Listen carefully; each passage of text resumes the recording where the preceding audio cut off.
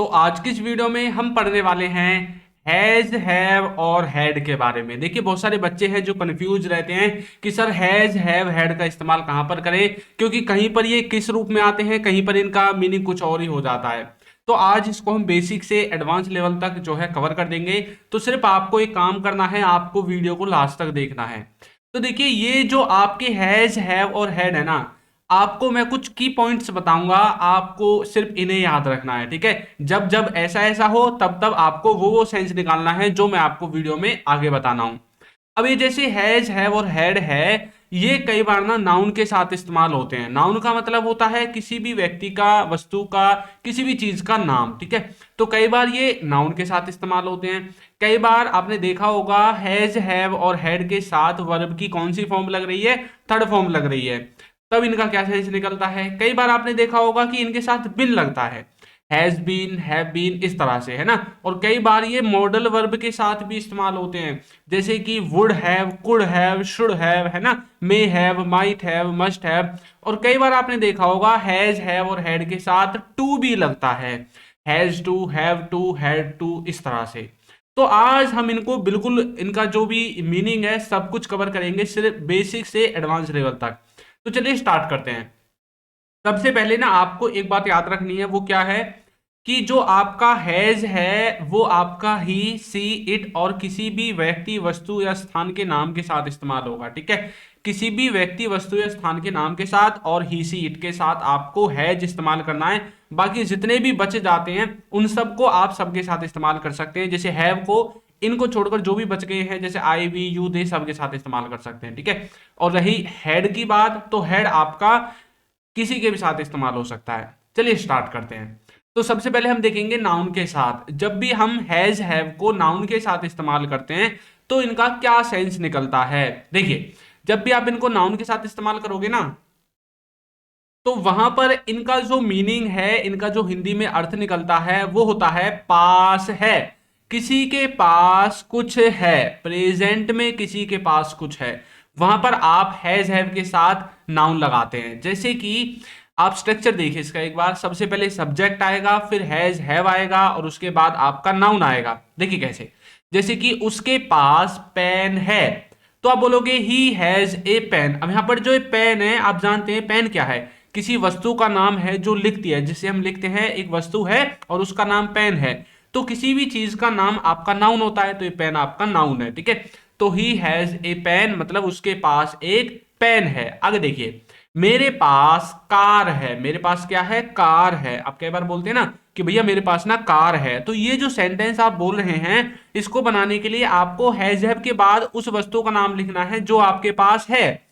जैसे कि I have a car, तो मेरे पास कार है, तो मैंने हैज हैव के बाद कार का नाम लिख दिया। यदि मेरे पास पैसे होते तो मैं पैसे का नाम लिखता, मेरे पास फोन होता तो मैं फोन का नाम लिखता।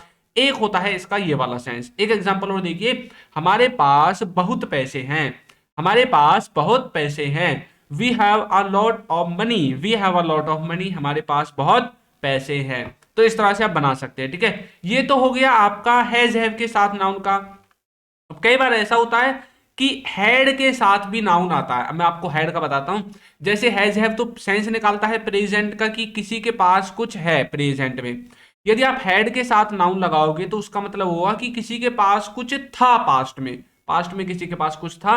तो ये मैं आपको एक्स्ट्रा कॉन्सेप्ट बता रहा हूं। ठीक है, पास्ट में किसी के पास कुछ था, जैसे कि उसके पास पेन था, तो हम बोल सकते हैं अब हमें हैज हैव के स्थान पर हैड लिखना है, ही हैड ए पेन। ठीक है, और मेरे पास कार थी, आई हैड ए कार, मेरे पास मतलब मेरे पास बहुत पैसे हैं या फिर पैसे थे, पास्ट के लिए हैड लगाना है, we had a lot of money, इस तरह से। ठीक है, देखिए यदि अभी तक आपने हमारे कोर्स को ज्वाइन नहीं किया है तो लिंक आपको नीचे डिस्क्रिप्शन बॉक्स में मिल जाएगा, वहां से जाकर आप ज्वाइन कर सकते हैं। इसमें आपको बेसिक से एडवांस्ड लेवल तक इंग्लिश ग्रामर मिलेगी, इंग्लिश के सभी class notes, A to Z video lectures. यदि आप बिगनर हैं तो आपके लिए ये बहुत इंपॉर्टेंट है, इंग्लिश के कॉन्सेप्ट यदि आप बिल्ड करना चाहते हैं तो भी आप इसको ज्वाइन कर सकते हैं। लिंक डिस्क्रिप्शन में मिलेगा। अगर आपको कोई इशू आता है ना, तो ये कॉन्टेक्ट नंबर है, इस पर आप व्हाट्सअप करना, कॉल मत करना, व्हाट्सअप करना। ठीक है, और आप जो ऐप है ना वो है हमारी अल्फा स्पोकन इंग्लिश, आपको प्ले स्टोर से डाउनलोड कर लेनी है या फिर लिंक नीचे भी मिल जाएगा। ठीक है, और यदि आप हमारी ई बुक्स परचेज करना चाहते हैं तो इनका लिंक भी आपको नीचे ही मिल जाएगा। चलिए स्टार्ट करते हैं।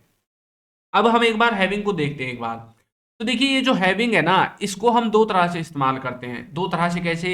एक हम इसको प्रेजेंट में इस्तेमाल करेंगे, एक इसको पास्ट में इस्तेमाल करेंगे। यहां पर जो हैविंग है जब दो तरह से इस्तेमाल होगा तो दो ही सेंस देगा, एक प्रेजेंट का और एक पास्ट का।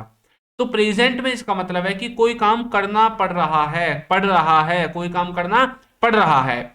और जब इसको पास्ट में इस्तेमाल करोगे तो इसका सेंस होगा कि कोई काम करना पड़ रहा था, पास्ट में पड़ रहा था। ठीक है, देखिए सबसे पहले सब्जेक्ट, फिर हेल्पिंग वर्ब, फिर हैविंग टू, वर्ब की फर्स्ट फॉर्म, और फिर आपको ऑब्जेक्ट लिखना है।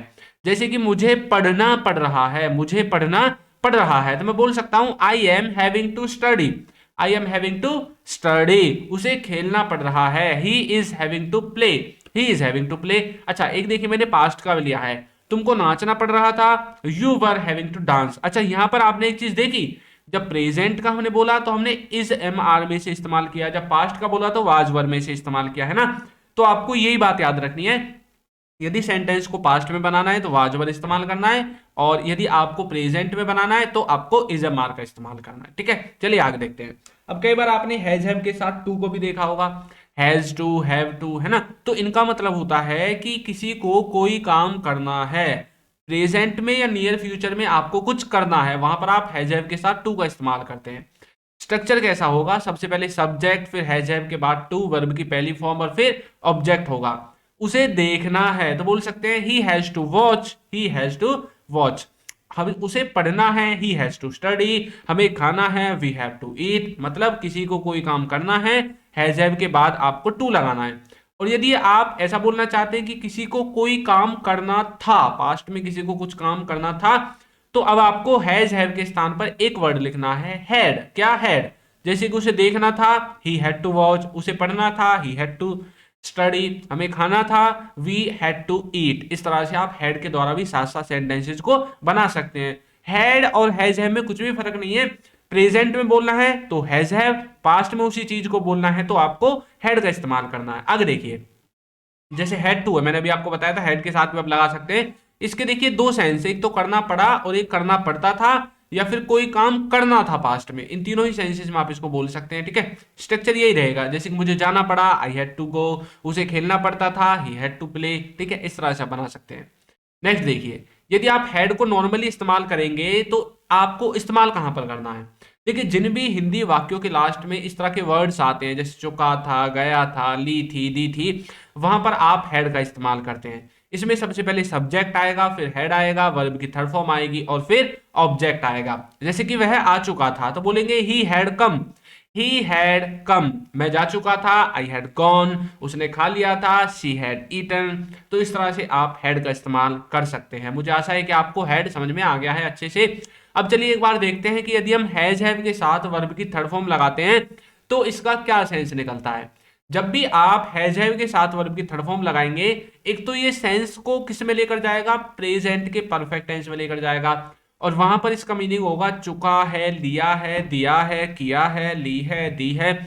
इस तरह का इसका हिंदी में मीनिंग होगा, है ना। और ये हिंदी वाक्य के लास्ट में इस तरह के वर्ड्स भी आपको मिलेंगे।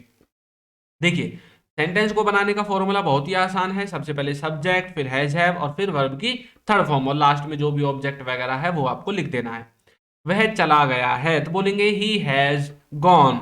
मैंने खा लिया है तो बोलेंगे I have eaten. I have eaten. उसने देख लिया है, she has watched. She has watched. उसने देख लिया है। तो इस तरह से आप हैज हैव के साथ वर्ब की थर्ड फॉर्म का इस्तेमाल कर सकते हैं।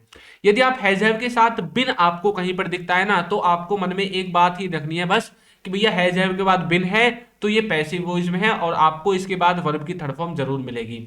इसका मतलब होगा कि काम किया जा चुका है, काम किया जा चुका है। तो जब पैसिव में होगा तो सबसे पहले ऑब्जेक्ट होगा, फिर हैज हैव होगा, बिन होगा, वर्ब की थर्ड फॉर्म होगी। जैसे कि दूध बेचा जा चुका है, the milk has been sold. इमारत बनाई गई है, the building has been constructed.